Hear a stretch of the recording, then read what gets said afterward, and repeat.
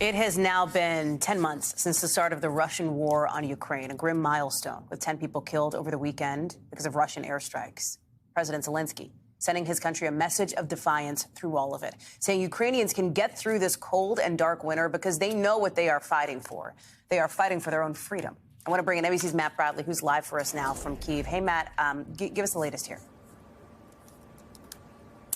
Yeah, I mean, the big news today is that the Russians announced that 3 of their soldiers had been killed when a Ukrainian drone attacked a Russian base. Not here in Ukraine, but deep into Russia. Now, that was a really interesting development. This is the Engels Air Base, one that has been used as kind of the staging location for flights from Russia into Ukraine.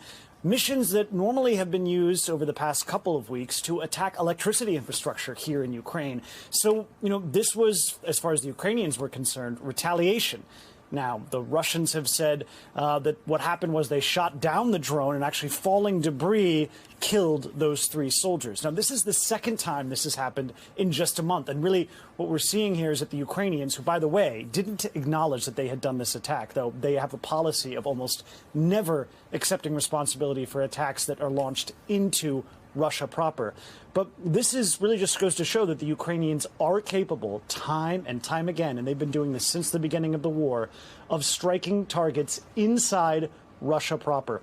And that's something that, as we start to see the Ukrainians possibly in the coming weeks or months make more advances on the battlefield, we could start to see more and more attacks targeting, again, targets inside Ukraine, especially targets like this airbase, like Engels, that are used to launch attacks that have been crippling electricity infrastructure and hurting civilians and killing civilians inside Ukraine. So this is an important development today, and it's one that when we heard from President Zelensky talking about how we can expect more and more attacks over the coming week, well, this is something we can expect a retaliation from Russia because they're humiliated by attacks like these.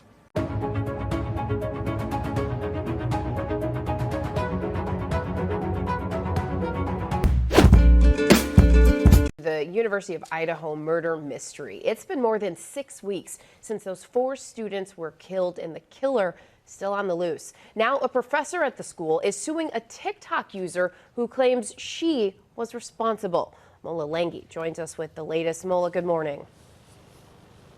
Well, good morning, Janae. For weeks, investigators have been combating a lot of misinformation on this case. But they say this claim that this professor is somehow involved in the murder is perhaps the most high profile, as it has been shared online millions of times. A University of Idaho professor is suing a so-called internet sleuth for defamation after the TikTok personality posted a series of videos accusing, without any credible evidence, that the professor was somehow tied to the November murders of 4 college students. According to the lawsuit, TikToker Ashley Gillard posted 6 videos claiming Professor Rebecca Schofield was responsible for the 4 students' deaths. The suit says the videos have been viewed millions of times, stating that Gillard falsely claimed Schofield ordered the execution of the 4 students. Gillard is not backing down and says she looks forward to any upcoming trial. This, the most high-profile example of online speculation that has been denounced by authorities who have urged the public to avoid sharing misinformation or rumors about the case. What we want to say is we are the official source of information, and anything that comes from other sources is either rumor or speculation. The Moscow police still have not named any suspects and have not recovered the murder weapon used in the stabbing deaths of the 4 students during the early morning hours of November 13th. According to the lawsuit, Schofield, who chairs the history department at the University of Idaho, had never met any of the 4 murdered students, nor had any of the 4 been in her classes. Despite receiving cease and desist letters from Schofield's legal team, the Texas TikToker has continued posting videos. Schofield's attorney tells ABC News the statements made about Professor Schofield are false, plain and simple. This lawsuit became necessary to protect Professor Schofield's safety and her reputation. The University of Idaho also weighing in, blasting Gillard's videos, saying, while this lawsuit is a private matter, U of I does not condone spreading false information and finds this particular allegation to be one of the worst we have seen. Well, again, no arrests have been made in this case. No suspects identified this morning. The university is on their winter break, but police stress the investigation will continue while classes are out. They say they have received around 12,000 tips since this investigation began, Gio. 12,000 tips and still such a mystery. Mola, thank you so much. I know you keep following that for us. So let's bring in South Carolina Republican Congresswoman Nancy Mace. She voted against this $1 trillion spending bill. Nancy, help me out a little bit. What Aisha said there, Kevin McCarthy is threatening to what? Not hear bills that are sponsored by senators as a way of retaliation, if you will, because they voted with it? Parse out the politics for me here. Well, I think that there's a lot of frustration and anger with House Republicans over what went down last week. We're talking about a 4,000-page bill crafted behind closed doors that does nothing but pour gasoline on the fire that is inflation. And I have to tell you, my son, he turns 16 today. We're going to have birthday dinner tonight. And he's going to want money for his birthday. But that doesn't mean I'm taking out loans from family members and giving him a credit card with no limits. And neither, too, should the federal government. I think people are very frustrated with the process and the lack of responsible spending in this thing. It's a monstrosity. And don't get me started on the border. It's devastating what they're going to do. All right, so that's water under the bridge, right? So this bill has been passed. It will be signed. What can you and other conservatives do in the near term to turn off the tap? Is there anything you can do? Well, there's nothing we can do in the short term, and we can't do anything until we're in the majority next year and we have another continuing resolution or another spending bill before us. But it's very disappointing. And when I was reading some of finally got time to read some of the legislation, $1.5 billion going to cement the relationship between the White House and the cartels. The cartels are engaged in human trafficking and drug trafficking across our border every single day. And we gave almost $500 million to other countries to secure their borders. And I hope when Kevin McCarthy is Speaker, because I believe he will be, that he's going to hold the Senate's feet to the fire, because this is wrong. So, Congresswoman, people talk about bipartisanship all the time. Let me ask you, how often during the day do you speak to people across the aisle? I speak to Democrats all the time. In fact, as a freshman and as a conservative in my first term in Congress, I passed over 20 bills out of the various committees that I work on with Democrats. And in fact, over 10 of mine passed out of the House, and most recently, President Biden just last week signed a cybersecurity bill that I worked with Congressman Ro Khanna out of California on, was signed into law. It is important for us to reach across the aisle, but that's not really, in the House side of things on this omnibus bill, what's happening wasn't bipartisan in any way, shape, or form. Right. And then let me ask you, do you feel beholden to leadership? Well, I often joke, because I represent a very independent district, a very purple swing district, and I am a caucus of one.